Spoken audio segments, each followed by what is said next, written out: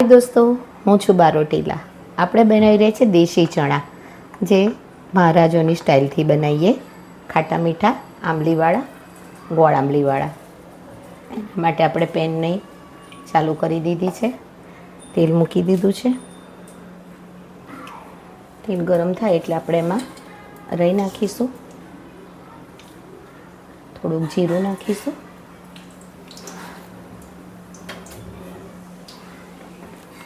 રાઈ અને જીરું તતળી જાય એટલે આપણે થોડીક હિંગ નાખીશું.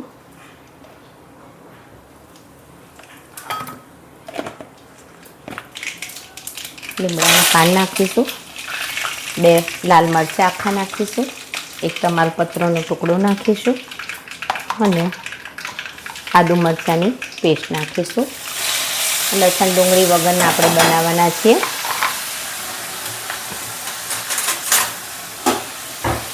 એના માટે 2 ચમચી જેવો આપણે ચણાનો લોટ અંદર નાખીશું અને એને શેકી લઈશું.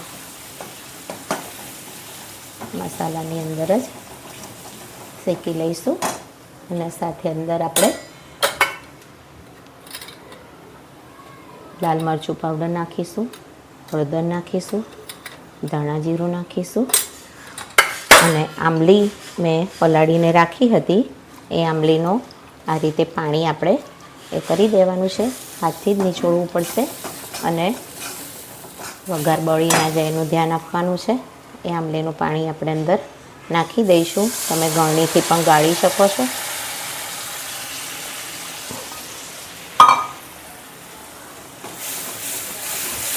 આપણે ઉપર પાણી એડ કરવાનું છે, પણ પહેલાં આપણે બાફેલા ચણા છે, જે ચણાને આપણે રાત્રે મેં સોક કરી ગરમ પાણીમાં પલાળી દીધા હતા અને અત્યારે એને વિસલ બોલાવી લીધી છે. ચડે એટલે આપણે વિસલ બોલાવી લેવાની છે કુકરમાં અને એને બાફી લીધા હતા.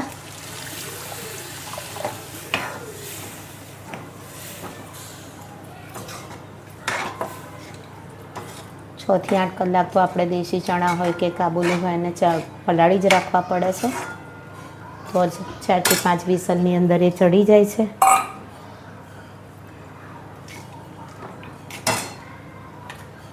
હવે આપણે એમાં આંબલી નાખી છે એટલે પ્રમાણસર ગોળ નાખીશું. મીઠું ચણામાં પલાળતી વિસલ બોલાવતી વખતે મીઠું મેં થોડુંક નાખેલું છે કે જલ્દી ચડી જાય, તો આપણે પ્રમાણસર મીઠું નાખવાનું છે. ટેસ્ટ પ્રમાણે મીઠું નાખવાનું. હવે આને આપણે બરાબર ઉકળવા દઈશું.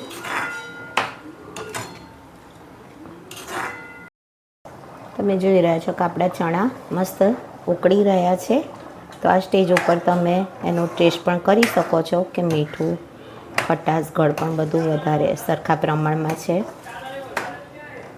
બસ હવે આપણે એમને તેલ છૂટું પડે ત્યાં સુધી અંદર ઉકળવા દેવાના છે. તો તમે જોઈ રહ્યા છો કે હવે આપણું તેલ છૂટું પડી રહ્યું છે અને આપણા ચણા કમ્પ્લીટ થઈ ગયા છે. તો આ સ્ટેજ ઉપર આપણે ગેસની ફ્લેમ બંધ કરી દઈશું અને એને સર્વિંગમાં લઈ લઈશું.